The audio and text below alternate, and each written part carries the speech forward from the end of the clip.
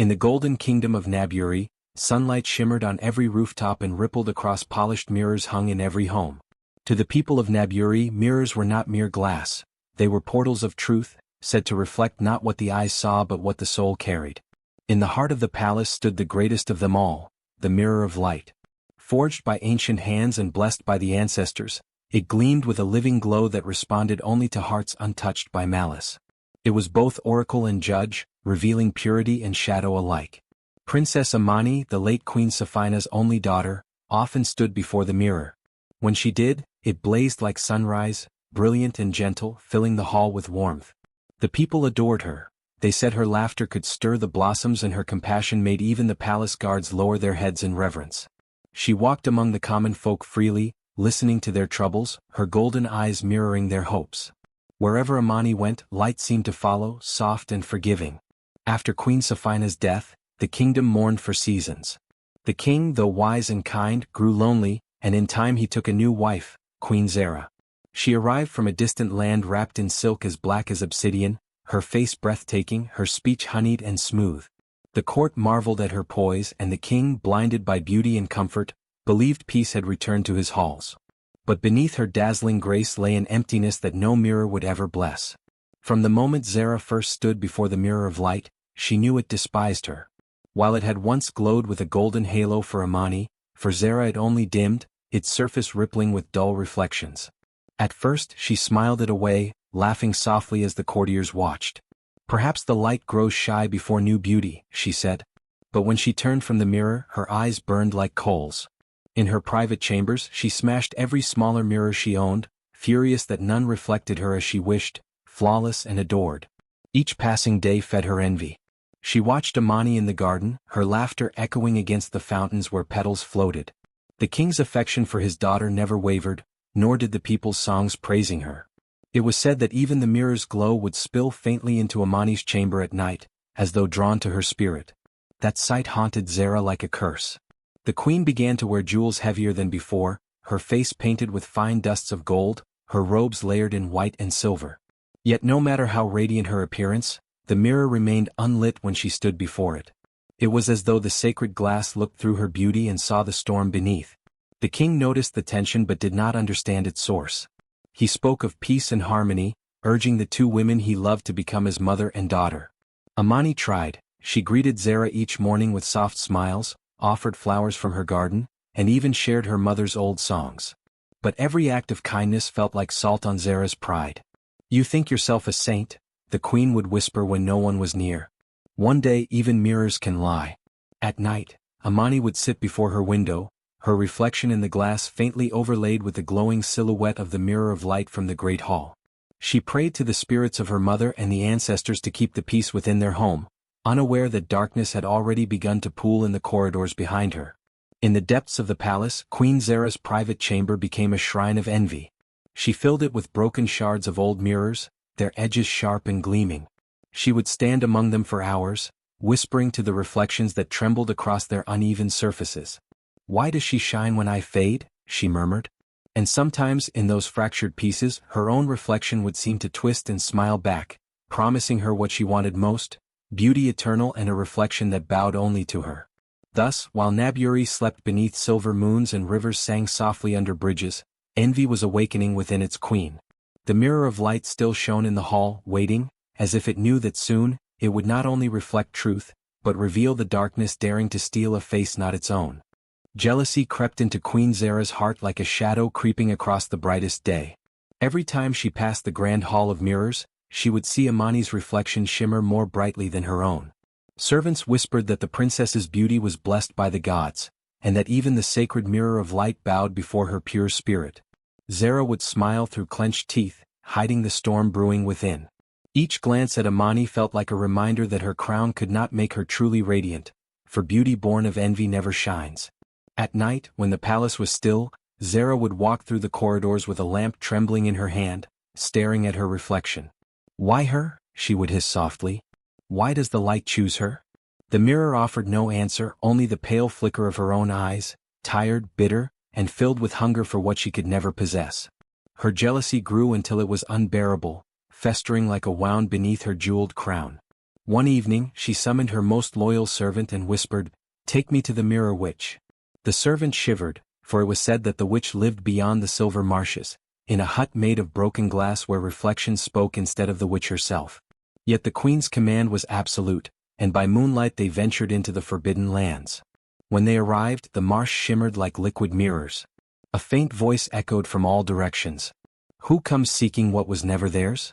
From the darkness emerged the mirror witch, her skin rippled with light, her eyes like shattered glass, seeing everything and nothing at once. Zara bowed low, hiding her trembling hands. "I am Queen Zara of Naburi," she said.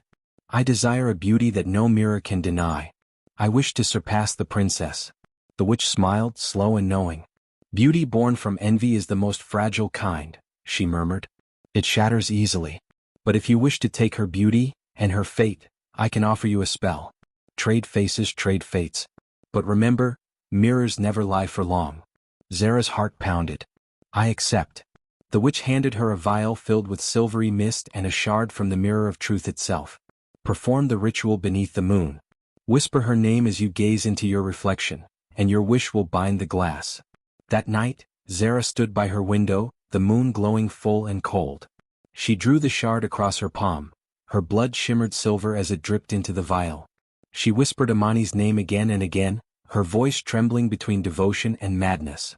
The mirror before her began to ripple like water.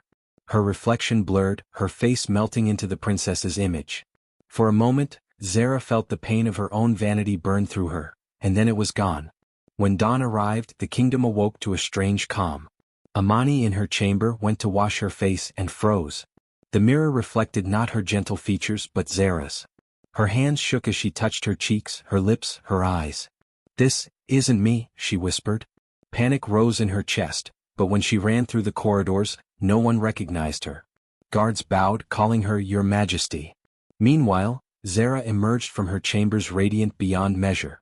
The courtiers gasped in awe, and the king smiled with pride. "You shine brighter than the dawn, my queen," he said, taking her hand. Zara smiled, and though her lips curved gracefully, something hollow lingered behind her eyes. Amani tried to speak, to cry out that she was the true princess, but her words twisted in the air like forgotten echoes. The spell had bound her identity in silence. Every mirror she passed refused to show her reflection. They shivered and went dark, unable to lie. She fled the palace in confusion and terror, unseen and unrecognized, while Queen Zara sat upon the throne with Amani's face and laughter that rang hollow through the hall of mirrors. Amani ran through the marble halls, her footsteps echoing like broken prayers. Every mirror she passed refused her. The surface rippled, shimmered, and then went dark, reflecting only a pale outline where her face should have been. Her heart pounded as she reached the palace gates. The guards, who once bowed to her, crossed their spears in confusion. "Who are you?" one demanded. "Why do you wear the queen's stolen face?" Before she could speak, their eyes widened in horror, for the moonlight revealed her curse. Her face was not human but a shifting blur of light and shadow, features half-formed, as though her soul had been erased from the world. Amani turned and fled into the night. Her tears burned like fire as she stumbled through the streets of Naburi, the people gasping and drawing back. Mothers pulled their children close, and elders whispered prayers, crossing charms of glass and silver against her. "Accursed spirit," they muttered. A reflection lost. No one recognized her voice, no one remembered the princess who had once blessed them with kindness. Even her name seemed to fade from the wind. By dawn she reached the edge of the kingdom, the mirrorless woods. The trees stood tall and black, their bark dull and their streams reflecting no image. It was said that no reflection could survive there, for it was the place where broken truths went to rest. Amani fell to her knees beside a still pool and looked into its depths, but only darkness stared back. Her voice cracked as she whispered, "Who am I if the world does not see me?" The forest answered with silence, save for the soft rustle of leaves. Then a figure appeared, an old woman draped in rags, her eyes glowing faintly like molten silver. She carried no mirror, no staff, only a bowl of still water that shimmered faintly in her wrinkled hands. "You have come far, child of reflection," the woman said softly. "Your face is not lost, it is trapped in envy." Amani's breath caught. "Who are you?" "I am the seer of shadows," the woman replied. "I see what mirrors cannot. The queen's vanity has stolen your image but not your spirit. The mirror of light no longer shines, and the land begins to fade with it. Amani's hands trembled. The mirror, it knows? The seer nodded. Mirrors are not mere glass. They are memory. When truth is stolen, the land forgets how to breathe. The crops wither because they no longer see the sun's reflection. The rivers run dull for they no longer recognize the sky. Naburi's beauty was bound to yours, and now deceit feeds its soil. Amani turned her eyes toward the faint glow of the distant palace. Then it is dying because of her. Yes, said the seer, but you cannot fight envy with anger. You must reclaim your truth. The world may not remember your face, but the soul behind it has not vanished. The mirror of light will only shine again when it sees you, not as you were, but as you have become. Amani felt the ache of loss settle deep within her chest. She pressed her palm to the pool and ripples spread across its dark surface, catching faint glimpses of what once was. Her laughter, her mother's embrace, the golden halls filled with music. The vision faded, leaving her reflectionless once more. I am no one now, she whispered. The seer smiled sadly. No, child. You are the truth unrecognized. The queen wears your beauty, but her reflection lies. Every lie leaves a crack in the mirror, and one day they all shatter. 4 days Amani lived in the mirrorless woods, listening to the wind whisper through the trees. At night, she dreamed of glass breaking, of rivers turning to smoke, of the mirror of light crying out in silence. She felt its pain as if it were her own. The bond between her spirit and the mirror still pulsed faintly, like a heartbeat beneath layers of shadow. Then one night, under a moon that refused to reflect, she walked to the edge of the forest. In the distance she saw Naburi's palace dim and gray. Its once glittering towers seemed blind. Smoke rose from barren fields. The river beside the city had turned stagnant, its surface dull and lifeless. The kingdom was rotting from within, just as truth had rotted beneath the queen's stolen face. Amani closed her eyes and felt the weight of her curse, but also its meaning. She had been erased from mirrors so that she might learn what cannot be seen.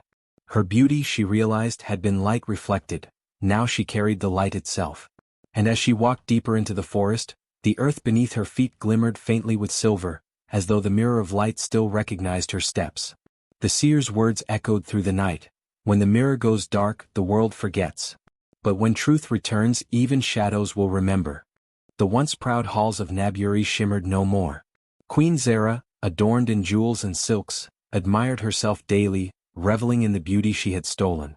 The courtiers bowed and praised her radiance, but beneath her flawless skin, her heart grew restless. When she approached the sacred mirror of light, expecting to bask in its divine glow, she froze. The mirror, once brilliant and pure, had turned completely black. Its surface rippled like dark water, reflecting nothing but shadows. Gasps filled the throne room. The priests trembled, declaring, "The mirror sees no truth in her anymore." Zara dismissed them with a trembling hand, hiding her fear behind a mask of arrogance. "The gods are testing us," she lied. But when night came and she stood alone before her mirror, she saw a faint flicker, Amani's eyes staring back at her, full of sorrow. The image vanished as quickly as it appeared, but Zara's heart pounded in terror. She summoned her guards and screamed, "Destroy every mirror in the palace." The soldiers obeyed, smashing glass and silver frames until not a single reflection remained. Shards scattered across marble floors, each one catching her trembling face. In the corners of those fragments, Amani's blurred reflection danced, whispering without words. Zara began to hear her voice in the silence, gentle, mournful, and accusing. Truth always finds its shape again. As days passed, the palace air grew heavy.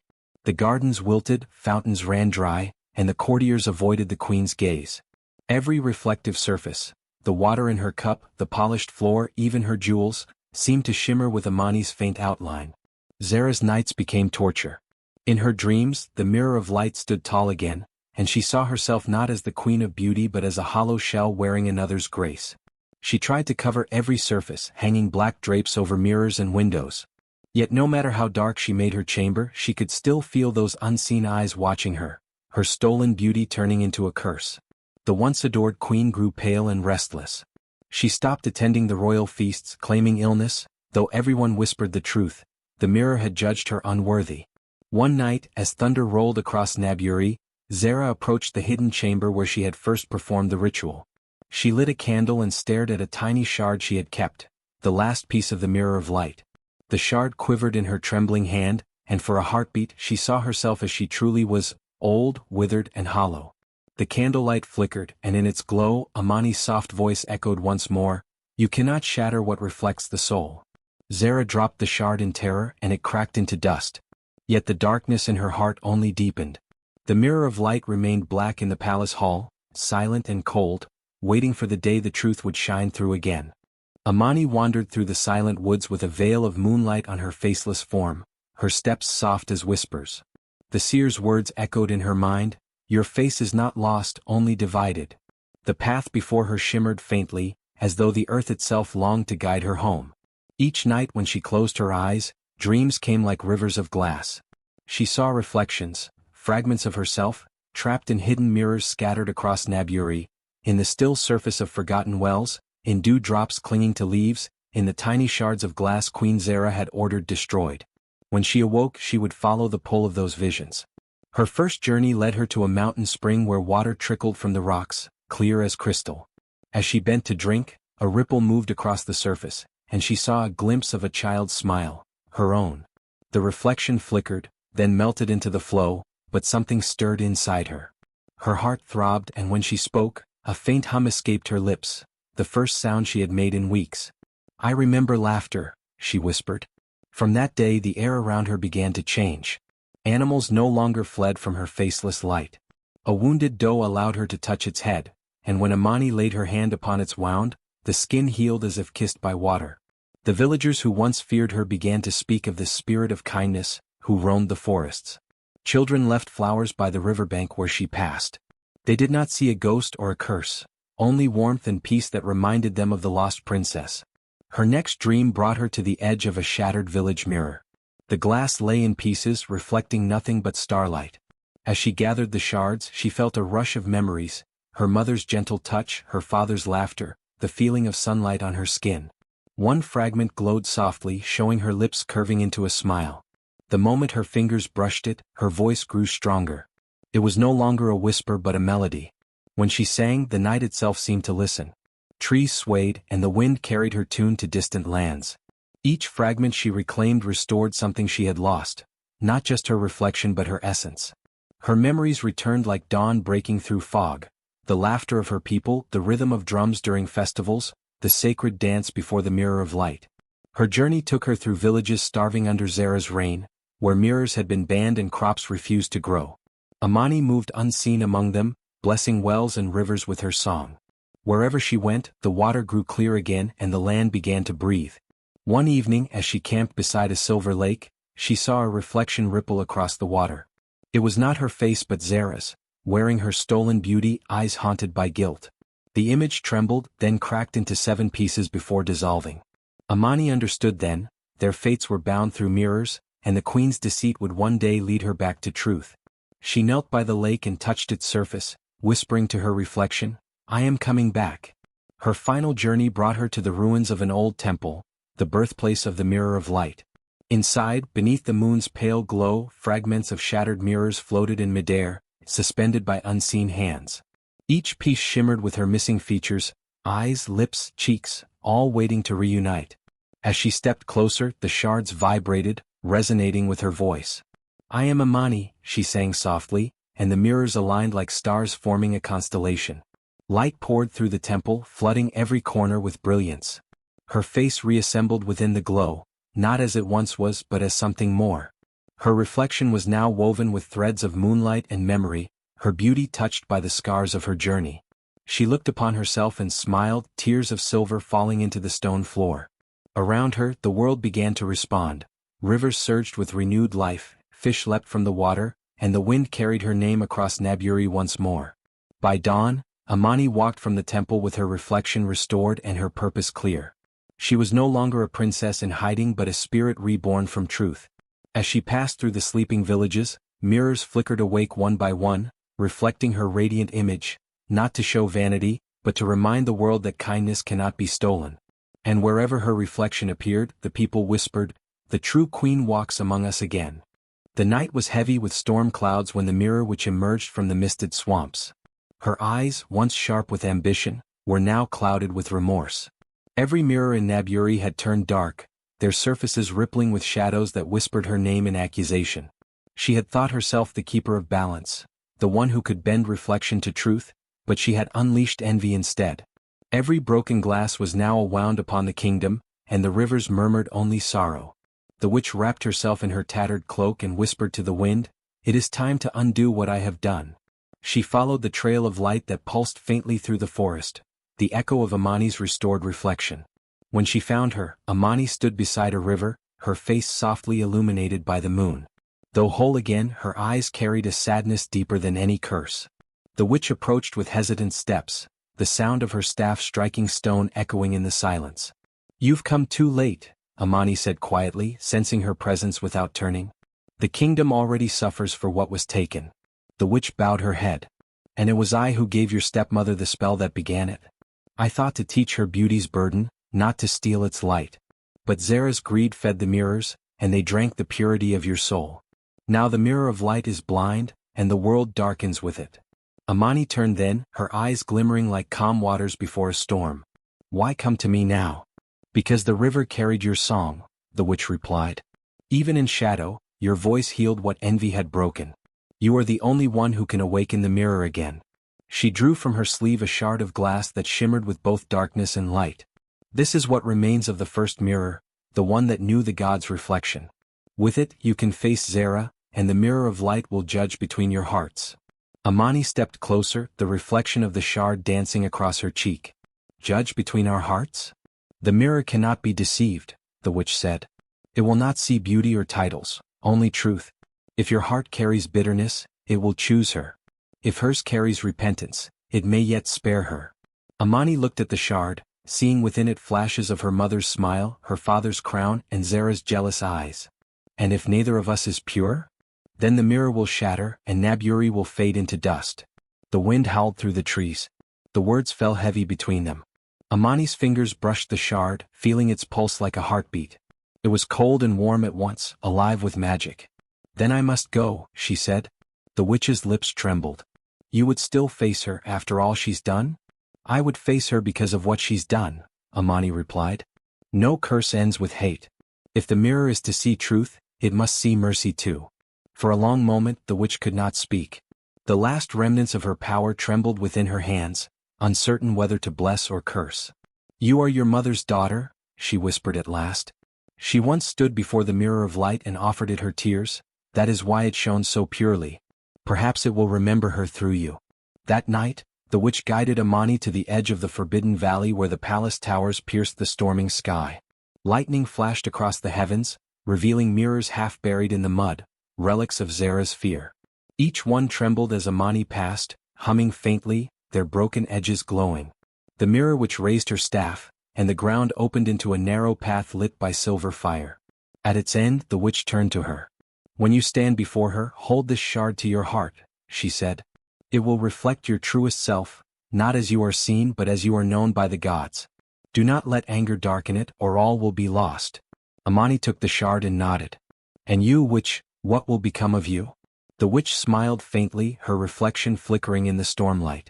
"My fate was sealed the day I taught a queen to envy her mirror. I only wish to see the light once more before I fade." Amani reached out, her touch gentle. "Then walk beside me. Perhaps redemption can find us both." They walked through the valley together, the witch, hunched and trembling, and the princess, glowing like dawn. As they neared the palace, the torches guttered and died, yet their path grew brighter. Inside, Zara's voice echoed through the marble halls, sharp with fear and pride. "No mirrors. I forbade them all. Why do they still follow me?" The witch turned to Amani one last time. "The mirror waits," she said. "Go to it and let it decide who you truly are." She pressed her staff into the earth, and the floor beneath them rippled like water. The shard in Amani's hand pulsed once, a heartbeat of destiny. Amani looked toward the throne room, where the mirror of light stood veiled beneath a heavy cloth, untouched since the day it went dark. Her steps were steady, her resolve unshaken. She whispered a prayer to the river, to her mother, to every reflection that had ever shown her kindness. Then she walked into the heart of the storm. Behind her, the mirror which knelt in the shadowed corridor, her eyes lifted to the faint light returning to the world. "Let truth be seen," she murmured, "and let the face of envy find its end." As thunder rolled above the palace, the witch's body dissolved into dust, her final breath carried through the wind. In her place remained only a faint shimmer, the reflection of a woman who had finally seen herself clearly. And Amani, holding the shard close, stepped into the hall where destiny waited in glass and light. The palace of Naburi had not seen a night like this since its founding. The storm outside clawed at the sky, lightning flashing like the fury of forgotten gods.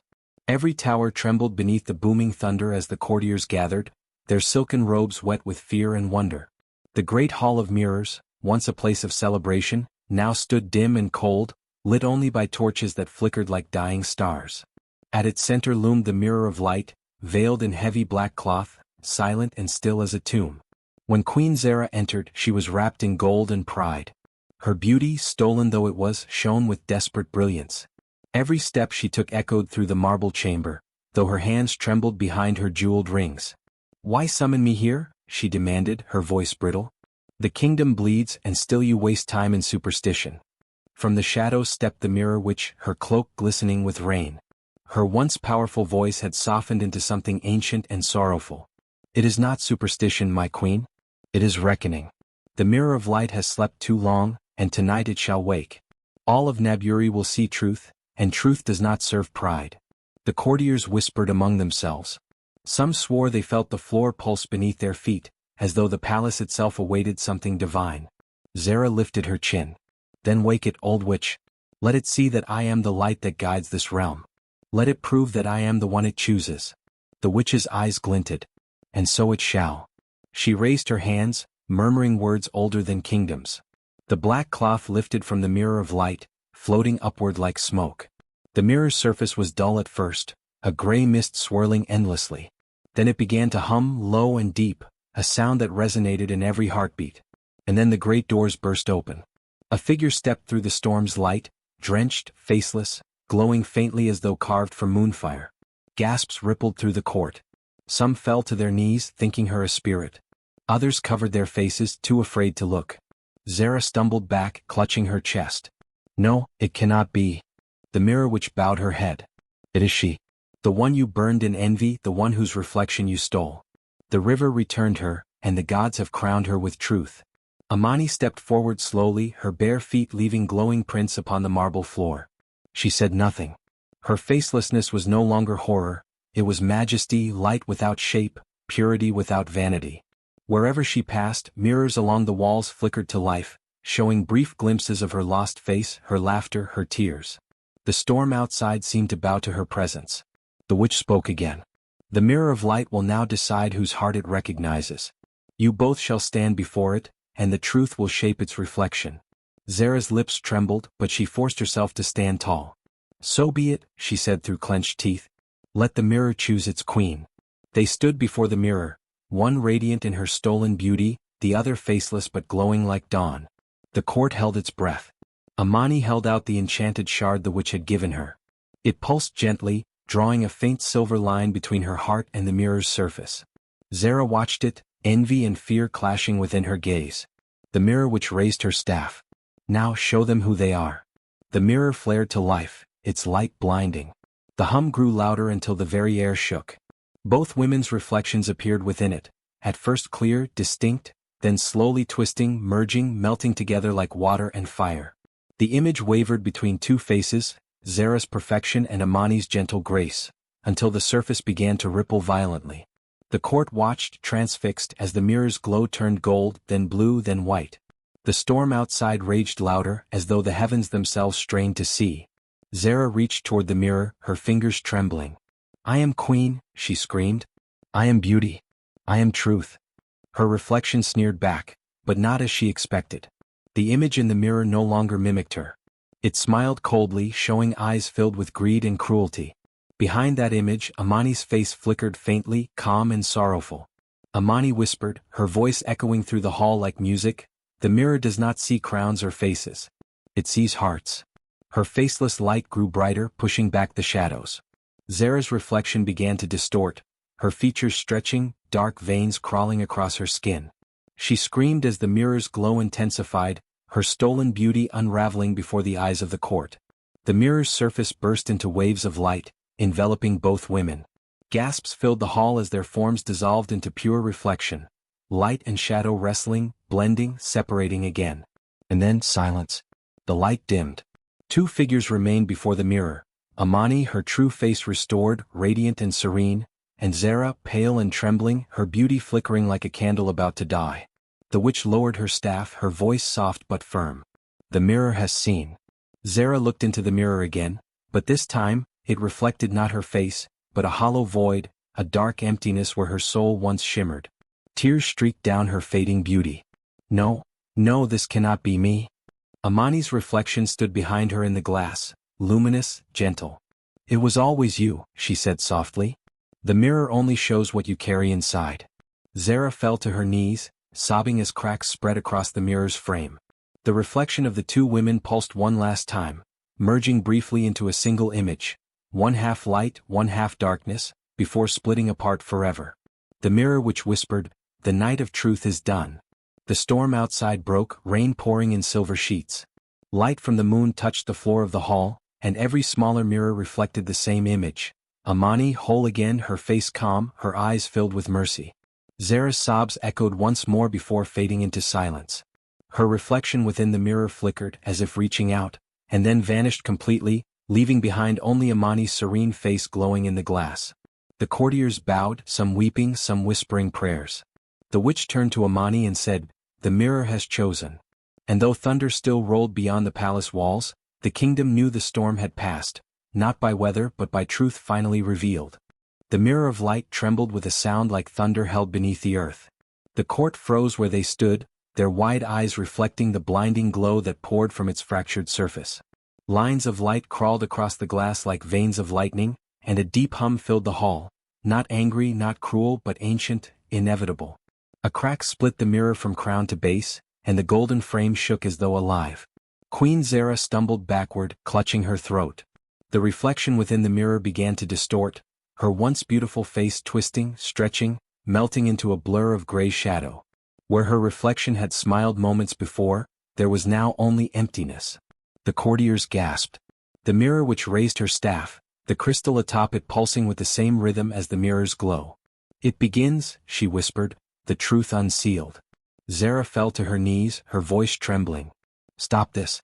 I am your queen. I gave this kingdom my beauty, my grace." Her words broke off in a scream as her reflection suddenly reached out from the glass. The image of her own hands clawed at her, dragging at her soul. Her jewels shattered, her gown tore in waves of light. The mirror's surface rippled like water, pulling her closer with every breath she took. Amani stood silently at the center of it all. Her face, once lost, now shimmered back into existence. The features the kingdom had mourned, the eyes that once reflected compassion, the lips that spoke only truth. She was radiant, not in vanity but in peace, her glow soft and golden like morning after storm. The courtiers dropped to their knees, bowing their heads in reverence. Even the mirror witch's eyes softened as she murmured, "The light remembers its own." Zara's reflection let out one last shriek, a sound that shook the chandeliers and made the torches flicker out. The queen reached for the throne, for the crown that had never truly been hers, but the mirror seized her fully. In one blinding flash, her body dissolved into shards of glass and vanished within the reflection. When the light dimmed, her image was still there, trapped behind the surface, pounding silently against the glass. But the mirror no longer glowed for her. She was nothing more than a shadow forever sealed within the truth she had tried to destroy. The hall fell silent. Only the sound of the rain outside filled the air, soft and cleansing. The mirror which lowered her staff, her voice echoing through the chamber, "The mirror never lies, it only waits." Amani stepped forward, her gaze fixed on the faint outline of Zara's reflection. The queen's eyes were wide with terror, her mouth moving soundlessly, begging for release. Amani placed a hand upon the cool glass, her touch gentle, forgiving. "I forgive you," she whispered. "May you one day learn the reflection you feared was your own heart." The trapped shadow stilled. For a moment, the mirror shimmered faintly as if acknowledging Amani's mercy. Then it quieted, turning smooth and still, the reflection of peace restored. The mirror which nodded solemnly. "Mercy," she said softly, "is the only beauty that never fades." Amani turned to the gathered court, her face calm. "Let no one seek beauty in envy again," she said. "For a mirror that shows only the surface will one day show nothing at all." The courtiers bowed, tears on their cheeks, for they knew her words would be carved into the memory of Naburi forever. As dawn broke, the storm clouds parted, and sunlight poured through the shattered roof. It touched the cracked mirror, turning every fracture into a stream of light that scattered rainbows across the walls. Amani looked up at the light, her restored reflection smiling softly in the broken glass. No longer a curse, but a reminder. She whispered to herself, even truth when broken still shines. And with that, she turned from the mirror, her gown sweeping across the floor like ripples of light, leaving behind silence, and the soft hum of a kingdom learning to see itself anew. The rains fell softly over Naburi as peace returned after years of unrest. The once dark palace now glowed with golden warmth, its corridors filled with music and laughter. Amani, now radiant and whole, stood before the people as they chanted her name, not out of fear or duty but love. The mirror which watched from afar, her task complete, and vanished into the mist, leaving behind only the faint shimmer of glass dust that sparkled like stars. Amani was crowned queen beneath a full moon, her reflection restored, her spirit unbroken. Yet she ordered that all mirrors in the palace be covered, their surfaces draped in silk. No glass, she declared gently, should judge a soul. Her words became law and legend alike. The courtiers who once worshipped beauty now spoke of kindness, and the merchants who once sold polished mirrors began crafting amulets of humility, tokens of truth over vanity. Under Amani's rule, Naburi flourished. Rivers that had once run dull now sparkled with life, and children danced in streets once haunted by silence. They sang songs of the faceless girl who had walked through mirrors and storms to reclaim her name. The story spread from village fires to distant mountains, where even strangers whispered of the queen who ruled without reflection. Mothers told their daughters that beauty was not in the skin, but in the courage to forgive. Fathers taught their sons that envy was a mirror that devoured the soul. But not all traces of the past vanished. In the deepest chamber of the palace, guarded by moonlight and memory, stood the mirror of light, now dimmed yet alive. Some nights, when the moon climbed high and the wind carried the scent of rain, the mirror shimmered faintly. Those who dared to look closely swore they saw the faint outline of Queen Zara's face trapped within, no longer cruel but remorseful, whispering apologies to the woman she once wronged. Amani would visit that chamber alone, her heart soft rather than hardened. She would lay her hand on the glass and whisper, "Rest, mother. The world remembers your pain, but I forgive your shadow." And the light within the mirror would tremble, as though her forgiveness reached beyond the veil. Years passed, and Amani grew into a ruler beloved by all. She rebuilt the palace not from marble or gold, but from light and memory. The hallways were lined with stories of the kingdom, carved not into mirrors but into wood and clay, each depicting a lesson learned from her journey. The mirror witch's words, "The mirror never lies, it only waits," were etched at the entrance to remind all who entered that truth could not be hidden forever. Under her reign, Naburi became known as the kingdom without mirrors. Artists painted with dust and moonlight instead of reflection. Children played in the rivers without fearing their own image. The once cursed land had become a realm of compassion, built not on the illusion of beauty but on the power of truth. And still, every few years during the Festival of Reflections, people gathered under the moon to honor Amani's courage. They lit lanterns shaped like tiny mirrors, setting them afloat upon the river so the stars could see themselves, a promise that truth once found would never fade again. When Amani grew older, she walked the palace gardens barefoot, her laughter mingling with the rustling leaves.